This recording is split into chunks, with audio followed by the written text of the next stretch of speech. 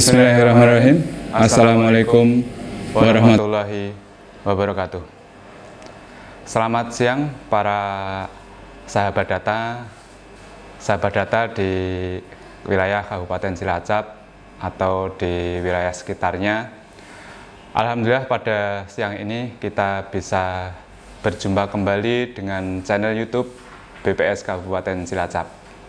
Setelah sebelumnya tadi kita mendengarkan paparan rilis berita resmi statistik dari BPS RI dan dilanjutkan dengan rilis BPS Provinsi Jawa Tengah, maka pada kesempatan ini kita akan sampaikan beberapa indikator yang telah didapatkan oleh BPS Kabupaten Cilacap yang selama ini rutin kita sampaikan kepada sahabat data, yakni masalah inflasi dan perkembangan harga, perkembangan tingkat hunian hotel di wilayah Kabupaten Cilacap.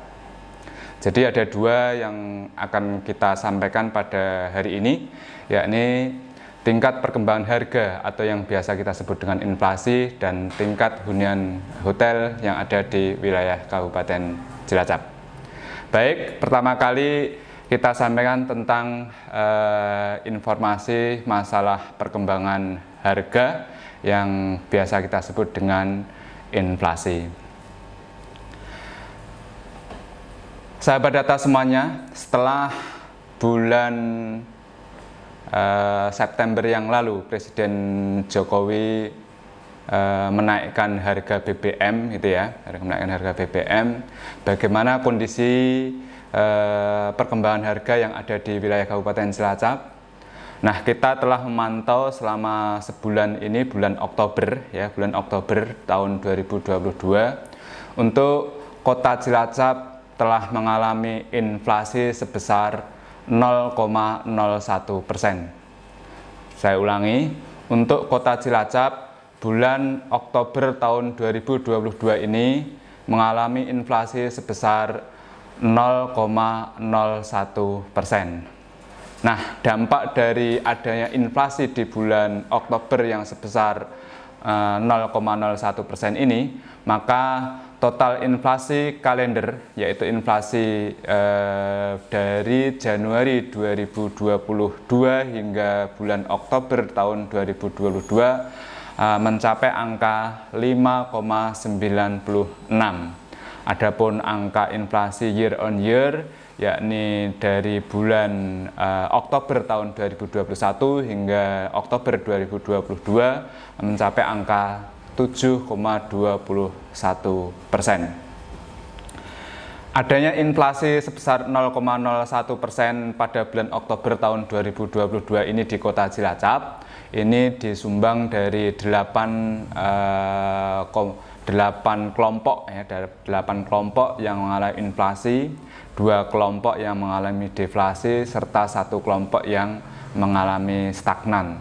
Nah, untuk 8 kelompok yang mengalami inflasi tertinggi ini dialami oleh kelompok rekreasi, olahraga, dan budaya yang sebesar 0,86%, sedangkan inflasi terendah yakni disumbang dari kelompok perlengkapan, peralatan, dan pemeliharaan rutin rumah tangga yang sebesar 0,04%. Adapun 2 kelompok yang mengalami deflasi, yakni kelompok informasi komunikasi dan jasa keuangan, serta kelompok makanan, minuman, dan tembakau. Baik sahabat data seluruhnya, dari adanya inflasi 0,01% tadi, kalau kita cermati dari masing-masing rincian di masing-masing kelompoknya, dari 11 kelompok pengeluaran makanan dan non makanan, kita bisa cermati di kolom 4 ya, di kolom 4. Di sana ada 1 kelompok kelompok makanan, minuman, dan tembakau yang mengalami deflasi 0,56%. Maka tadi kalau kita lihat tadi ya, ada 8 kelompok yang mengalami inflasi, tetapi hanya ada 2 kelompok yang mengalami deflasi, tetapi ternyata total inflasinya itu hanya sebesar 0,01%. Hal ini sebenarnya terkait dengan bobot ya, bobot atau share dari masing-masing kelompok pengeluaran ini. Kita tahu namanya makanan, minuman, dan tembakau ini kan memang dibutuhkan setiap saat oleh kita gitu ya. Sedangkan misalkan perawatan pribadi atau mungkin terkait dengan kesehatan, memang kesehatan dibutuhkan, tetapi yang tidak setiap saat kita itu memerlukan ini. Nah, sedangkan kelompok makanan, minuman, tembakau ini memang dibutuhkan setiap saat dan semua orang perlu. Maka ini share-nya, bobotnya memang besar, sehingga walaupun ini hanya kalau dari sisi jumlah kelompoknya ya, kelompok makanan ini sama pengeluaran pribadi ya tadi ya yang mengalami minus, ini informasi komunikasi dan jasa keuangan yang mengalami deflasi, tetapi secara total ini hanya memberikan dampak inflasi sebesar 0,01%. Nah, dengan demikian para sahabat data semuanya, ini perlu kita maklumi gitu ya, sehingga dalam hal kebijakan gitu ya, tentu hal-hal yang terkait dengan 9 bahan pokok makanan itu ya, kalau dahulu istilahnya 9 bahan pokok makanan atau mungkin istilahnya sembako lah gitu, ini perlu kita menjadi perhatian bila ini stoknya ada, kemudian barangnya cukup itu ya, persediaan cukup. Ini dari sisi tingkat inflasi mestinya bisa dijaga terkait dengan kebutuhan pokok itu ya. Kemudian kalau kita lihat lagi dari sisi yang mengalami inflasi tertinggi ya, yang mengalami inflasi di sana terlihat oleh rekreasi, olahraga, dan budaya yang mengambil peran sebesar 0,86%. Baik Bapak Ibu para sahabat data seluruhnya ya. Nah, kalau kita lihat dari inflasi kalendernya ini totalnya yang besar 5,96%, sedangkan year-on-year-nya sudah sebesar 7,21%. Barangkali kalau kita lihat dari rincian 11 kelompoknya itu ya, di sana kelompok makanan minuman telah mengambil peran sebesar 6,38% ya, 6,38%. Artinya kalau kita bandingkan dengan kelompok yang lain, semisal ini transportasi yang sebesar 17,48% itu ya. Jadi seakan-akan transportasinya itu tinggi, tapi hanya sekali saja di bulan lalu dampak langsung dari kenaikan BBM ya, itu langsung meningkat dari berapa kemarin itu langsung menjadi 17,48%. Namun demikian untuk makanan, minuman, dan tembakau ini setiap bulan ini kita sangat berpengaruh sekali, sehingga sekarang totalnya sudah 6,38%, dan untuk year on year-nya adalah sebesar 9,84%. Nah, ini bisa kita cermati pula dari sisi komoditas ya, dari komoditasnya dari sekian kelompok tadi. Ada beberapa komoditas yang mengalami inflasi dan mengalami deflasi. Kita coba tampilkan ada setidaknya 5 komoditas yang mengalami deflasi serta 5 komoditas yang mengalami inflasi. Kita bisa lihat di sana yang mengalami inflasi yakni beras gitu ya. Kemudian bahan bakar rumah tangga, jeruk, kopi, bubuk ya, atau mungkin udang basah. Mungkin kita pahami bahwa untuk komoditas beras ini ya, saat ini wilayah Kabupaten Cilacap gitu ya, dalam bulan Oktober lalu gitu ya, atau mungkin September ya, Oktober lalu ini kita mengalami banjir. Artinya untuk panen itu sudah tidak ada ya, karena panen sudah tidak ada, padahal beras ini dibutuhkan oleh setiap penduduk. maka hal yang wajar bila ada terjadi kenaikan. Nah, alhamdulillahnya ini dari sisi pasokan barangkali ini masih cukup gitu ya, sehingga hanya memberikan andil sebesar 0,08% saja.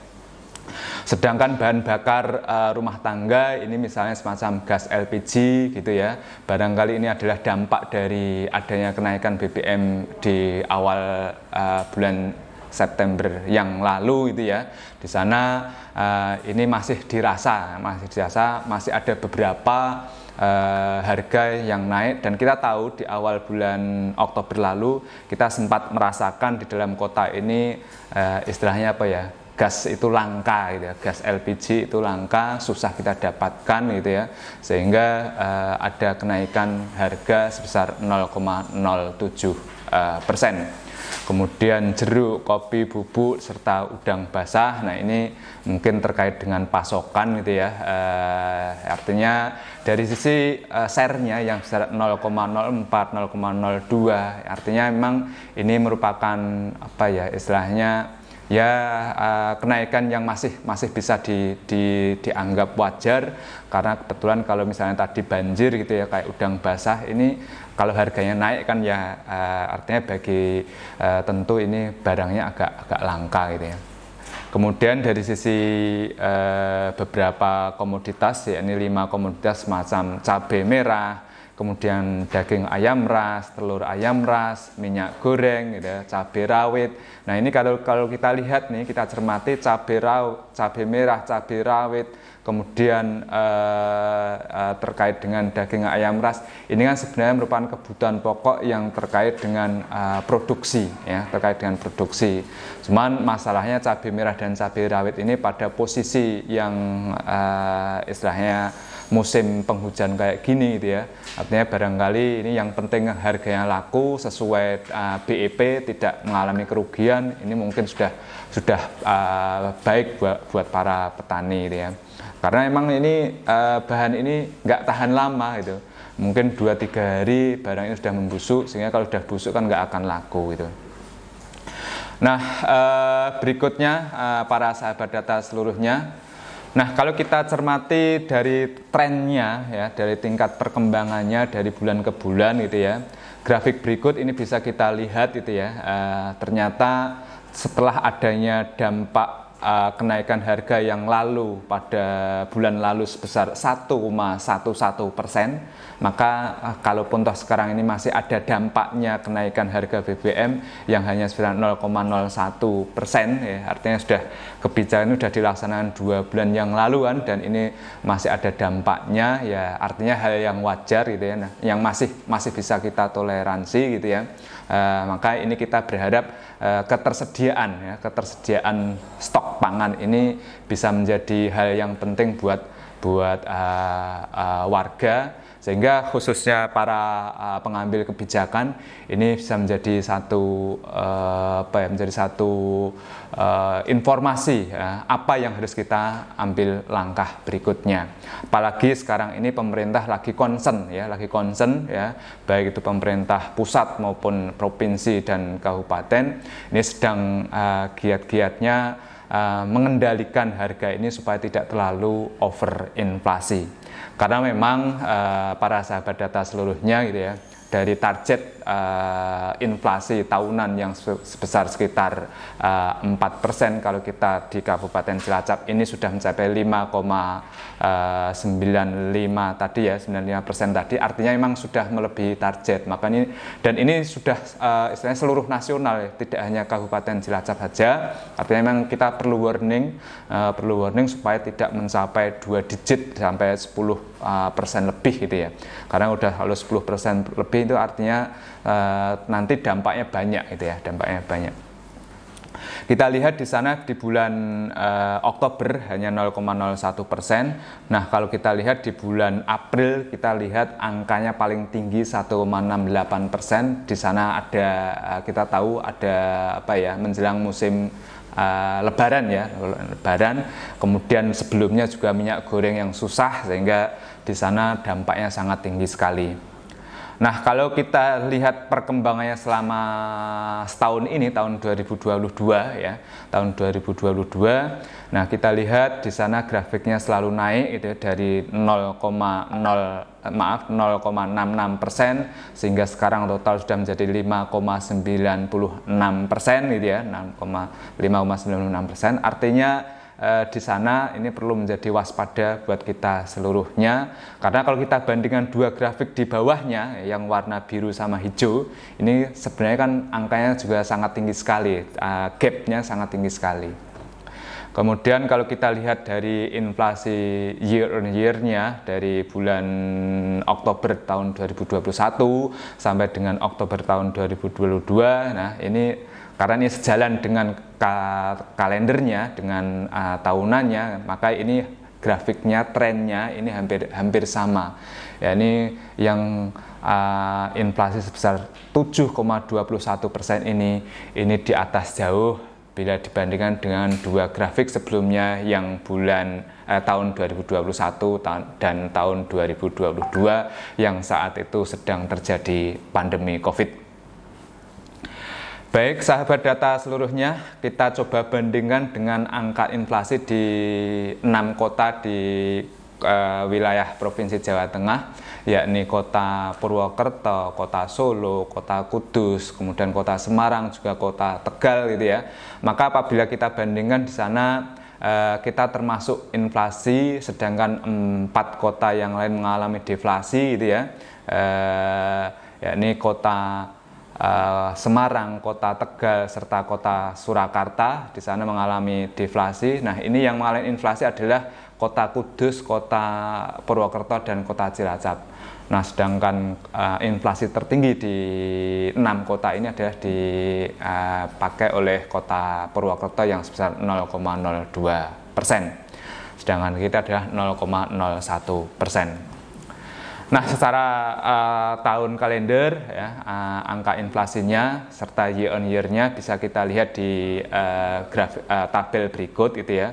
Untuk tahun kalendernya Provinsi Jawa Tengah ini adalah 4,98%, sedangkan kita Kota Cilacap 5,96%, dan yang tertinggi adalah Kota Surakarta yang telah mencapai 6,42%. Bila kita lihat year on year-nya, untuk rata-rata Jawa Tengah, Provinsi Jawa Tengah sebesar 6,00%, dan kita sudah mencapai angka 7,21%, meskipun itu masih di bawah angka Kota Surakarta yang sebesar 7,53%. Baik, para sahabat data seluruhnya, berikutnya akan kita sampaikan informasi kedua, yakni tentang tingkat hunian kamar hotel di Kota Cilacap ini.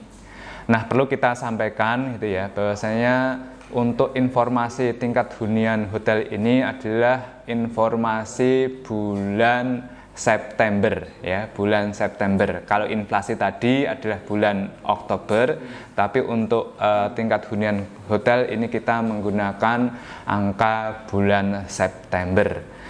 Nah, untuk tingkat hunian kamar hotel di Kota Cilacap yang sebanyak 12 hotel di hotel bintang di Kota Cilacap ini gitu ya.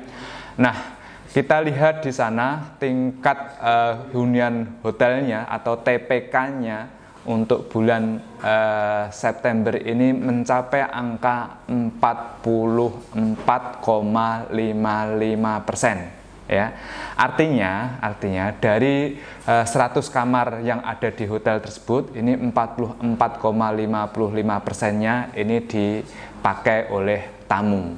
Artinya kita bisa mengartikan pula gitu ya, tamu tadi kita asumsikan sebagai wisatawan, berarti kunjungan wisatawan yang ada di Kota Cilacap ini sekitar 44,55%.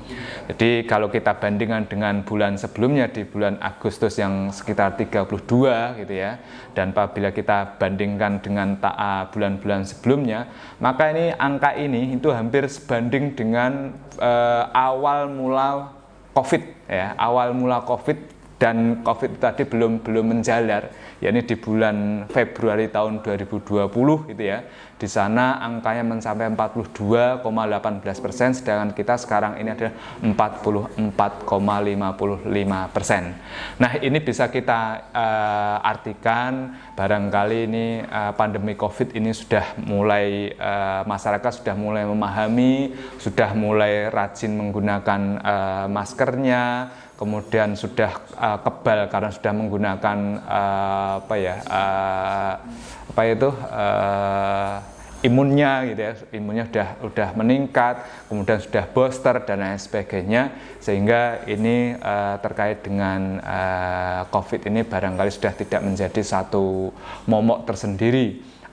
Akhirnya para masyarakat, para penduduk mengadakan kunjungan wisatawan dan memerlukan penginapan di hotel, salah satunya di hotel Kabupaten Cilacap ini.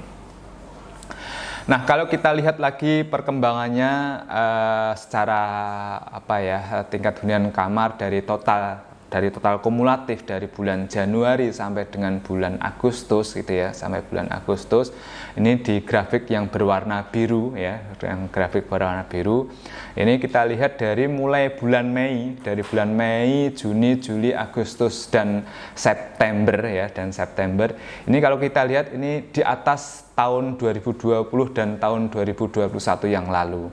Ya, artinya tadi instrumen tentang COVID ini sudah mulai mulai melandai, kemudian sudah masyarakat sudah dari sisi imunnya sudah meningkat gitu ya. Mungkin ini mengakibatkan para masyarakat ini mulai berkunjung ke tempat-tempat wisatawan. Berikutnya para sahabat data seluruhnya, dari kunjungan 44,55% tadi ya, 44,55% tadi, di sana kita lihat lebih banyak menghuni untuk bulan September ini ya, untuk bulan September ini lebih banyak menginap di hotel berbintang 2. Nah, di sana mencapai angka berapa itu? 46% ya, sekitar 56,86%. Sedangkan di hotel bintang 3 ini menginap sebanyak 44,53%, dan secara total rata-rata bintang 1, bintang 2 dan bintang 3 sebesar 44,55%.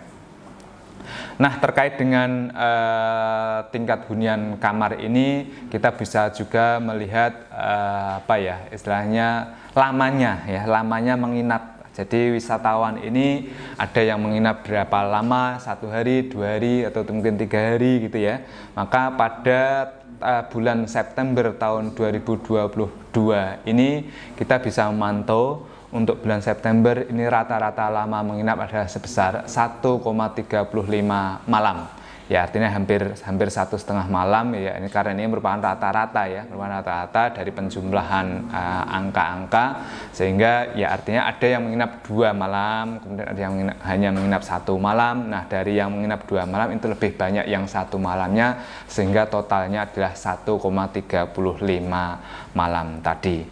Oke, Bapak Ibu semua para sahabat data, demikianlah yang bisa kita sampaikan pada hari ini gitu ya. Semoga 2 informasi ini bisa memberikan insight buat para pengambil kebijakan gitu ya. Informasi lebih detail bisa kita unduh lewat website BPS dari cilacapkap.bps.go.id, atau misalkan bisa komunikasi langsung lewat telepon 5235001, atau bisa langsung chat kepada operator kami di 0851 6282 3301 sesuai jam kerja. Artinya di dalam chat tadi kita bisa berkomunikasi, barangkali ada yang perlu ditanyakan gitu ya.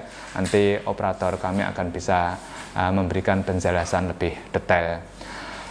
Baik, para sahabat data, terima kasih atas perhatiannya dan mohon maaf bila ada salahnya. Akhirnya saya akhiri. Wassalamualaikum warahmatullahi wabarakatuh.